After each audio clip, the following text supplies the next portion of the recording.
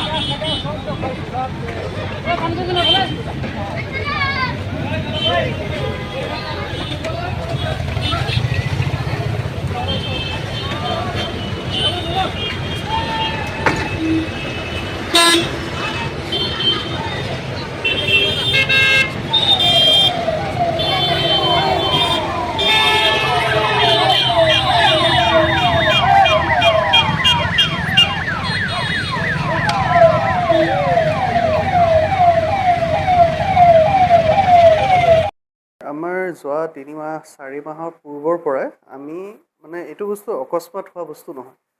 আমাৰ আপোনালোকে চাব, আমি এটা সময়ত বহুত বেছি মাইকিং কৰাইছিলোঁ যে আমাৰ এতিয়া গৌৰৱ পথ বনি আছে, তাতে আপোনালোকৰ ফুটপাথটো বনি আছে, ফুটপাথত আমি ৰেইলিং দি আছোঁ, আপোনালোকে ফুটপাথটো ব্লক নকৰিব, হয়নে? ফুটপাথটো আপোনাৰ কি হয়, এখন চহৰ এখনৰ চবতকৈ প্ৰথম মাত্ৰাটোৱে হয় জোখৰ, সেইটো হয় পেডেষ্ট্ৰিয়ান ফ্ৰেণ্ডলি ৰোড, ঠিক আছে?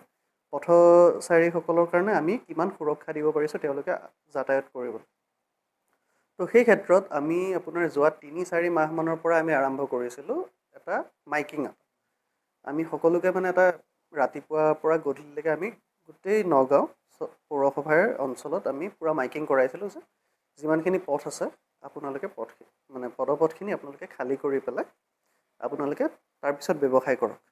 আৰু যোনখিনি নো ভেণ্ডিং জ'ন আছে আপোনালোকে তাৰ পৰা উঠি আমি নগাঁও পৌৰসভাই যোনখিনি আমাৰ ধাৰ্য কৰি দিছে ভেণ্ডিং জ'নখিনি, তালৈ গৈ পেলাই আপোনালোকে তাতে ভেণ্ডিং কৰক, আমাৰ একো প্ৰব্লেম নাই। কিন্তু কি হৈছে, ধৰক মানুহখিনিৰ সেইটো যোনটো ইমান দিনে ৱাৰ্ণিং দি থকা গৈছিলে, সেই বস্তুটো তেওঁলোকে বহুত সহজভাৱে লৈ আছিলে। আৰু আমি এটা কনচিডাৰেবল টাইম পিৰিয়ড এটা দিছোঁ যে আপুনি 3 মাহমানৰ পৰা আমি মাইকিং কৰিছোঁ, তেওঁলোকে যাতে ধুনীয়াকৈ শ্বিফ্ট কৰি পেলাই বেলেগ জেগালৈ যাব পাৰে, ভালকৈ নিজৰ ব্যৱসায়টো স্থাপন কৰিব পাৰে। তাৰপিছত আমি আজিৰ পৰা এভেকশ্যন আৰম্ভ কৰিছোঁ। এতিয়া এই এভেকশ্যনটো আপোনাৰ নন ষ্টপ কণ্টিনিউ হৈ থাকিব যেতিয়ালৈকে আমি আমাৰ পদপথখিনি আমি খালী কৰিব নোৱাৰোঁ। সেইটো হয়, আমি তেনেকৈ ভেণ্ডিং জ'ন কিছুমান নটিফাই কৰি দিছোঁ। কিন্তু কি হয়, আমি যোনখিনি ভেণ্ডিং জ'ন নটিফাই কৰোঁ তাতে ব্যৱসায়ীসকল যাবলৈ নিবিচাৰে। তেওঁলোকে পথৰ দাঁতিত য'ত বেছি ট্ৰেফিক আছে তাতে তেওঁলোকে বেছি সুবিধা পায়, কাৰণ গাড়ী দুখন ৰখাই থৈছে ট্ৰেফিকৰ কাৰণে, তাতে তেওঁলোকে বেচিবলৈ সুবিধাটো পায়। কিন্তু আমাৰ এনেকুৱা নহয় কি তেওঁলোকক যোনখিনি আমি ভেণ্ডিং জ'ন দিছোঁ বহুত ৰিম'ট অঞ্চল, তেনেকুৱা নহয়। নগাঁওখন এখন ডেন্সলি পপুলেটেড চহৰ হয়, ইয়াতে আমি ধুনীয়াকৈ কিছুমান জেগা আমি বনাই দিছোঁ, তেওঁলোকে ধুনীয়াকৈ নিজৰ ব্যৱসায়টো কৰিবলৈ সক্ষম হ'ব। আৰু 2 নম্বৰ কথাটো হয় কি, আমি তেওঁলোকক যোনটো ভেণ্ডিং জ'ন এলট কৰোঁ সেইটো আপোনাৰ টেম্পৰৰী নেচাৰৰ হয়, অস্থায়ী ব্যৱসায় বুলি কওঁ। তেওঁলোকে ৰাতিপুৱা আহিব, বহিব, গধূলি গুচি যাব, যাতে পথটো খালী হৈ থাকে।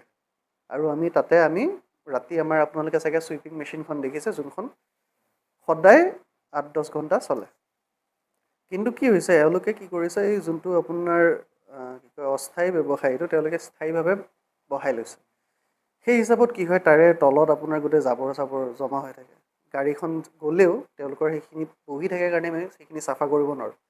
তাৰ ফলত কি হয়, আপোনাৰ চহৰখন যিমানখিনি পৰিপাটি আৰু দেখিলে হয়, সেইখিনিৰ পৰা অলপমান হ'লেও বঞ্চিত হয়। আপোনালোকৰ এতিয়া কি হয়, ৰাতিপুৱা যেতিয়া আপোনালোকে শুই উঠি 5টা-6টা বজাত যেতিয়া মৰ্ণিং ৱাক যায়, এখন যেতিয়া স্বচ্ছ চাফা যেতিয়া নিজৰ অঞ্চলটো, নিজৰ পৰিৱেশটো দেখে, নিজৰ মনটো ভাল লাগে। আৰু নগাঁও পৌৰসভাৰ ৰাতিপুৱাৰ পৰা ৰাতিলৈকে 24 ঘণ্টাই আমাৰ সেইটোৱে কাম থাকে কি, আমি কিমান চাফাকৈ ৰাখিব পাৰোঁ। আমি কিমান মানুহ যোনখিনি পদপথত গৈ আছে, যাতায়াত কৰি আছে, তেওঁলোকক আমি কিমানখিনি সুৰক্ষা দি পেলাই তেওঁলোকে আপ ডাউন কৰিব পৰা কৰিছোঁ। যিখিনি আমাৰ বিধায়ক মহোদয়ৰ প্লেনৰ মৰ্মে, অসম চৰকাৰৰ প্লেনৰ মৰ্মে যোনখিনি আমাৰ গৌৰৱ পথটো বনিছে, ফুটপাথ বনিছে, সেইখিনিও যাতে মানুহে তাৰ ভালকৈ ব্যৱসায়টো কৰিব, তাতে ভালকৈ যাতায়াত কৰিব পাৰে, একো যাতে ব্যৱসায় নহয়, সেইখিনিৰ কাৰণেও আমি কনচিডাৰেবল সদায় সময় দিছোঁ, মানুহক আমি জনাইছোঁ। আৰু তেওঁলোকক আমি বেলেগ এটা ষ্টেচন আমি দিছোঁ, য'ত তেওঁলোকে ব্যৱসায় কৰিব পাৰে। চহৰখন বহুত চাফা হৈছে। আৰু এটা কথা এইখিনিতে কৈছোঁ যে এনেধৰণৰ এফেকশ্যন আমি পূৰ্বতেও দেখিছোঁ, তাৰপিছতো কিন্তু শেষত গৈ পেলাই কি হয়, গোটেই বস্তুটো স্থবিৰ হৈ পৰে। গতিকে এইটো কিমান দিনলৈ চলিব বা এনেকৈ সেই পূৰ্বৰ আকৌ পুনৰাবৃত্তি হ'ব নেকি? নহয়, এতিয়া বস্তুটো কি হ'ব, ধৰক আমি আজি এফেকশ্যন কৰিলোঁ, আমি তেওঁলোকক 2 দিনমান গ্ৰেছ পিৰিয়ড এটা দিম, য'ত তেওঁলোকে ছেটেল কৰিব পাৰিব কি, আচ্ছা আমি ইয়াৰ পৰা উঠি পেলাই আমি বেলেগ ফালে যাব লাগে, হয়নে? তেওঁলোকে আমাৰ ইয়াতে আহি পেলাই সুধিব যে আচ্ছা আমাৰ সেইখিনিত যদি ভেণ্ডিং কৰিব নোৱাৰোঁ আৰু ক'ত ক'ত ভেণ্ডিং কৰিব পাৰি। আমি ধুনীয়াকৈ ভেণ্ডিং জ'নখিনি নটিফাই কৰি দি আছোঁ, আমি তেওঁলোকক বহিবলৈ সুবিধা কৰি দিম, হয়নে? সেই হিচাপত 2-3 দিন গ্ৰেছ পিৰিয়ড এটা দি পেলাই আমি আকৌ কৰিম। তাৰপিছত আকৌ 2-3 দিন গ্ৰেছ পিৰিয়ড দি পেলাই আমি আকৌ এফেকশ্যন কৰিম। এফেকশ্যনটো যেতিয়ালৈকে আমি আমাৰ পদপথখিনি খালী কৰিব নোৱাৰোঁ, আমি পেডেষ্ট্ৰিয়ান ফ্ৰেণ্ডলি ৰোডছ বনাব নোৱাৰোঁ, তেতিয়ালৈকে আমি কণ্টিনিউ কৰোঁ।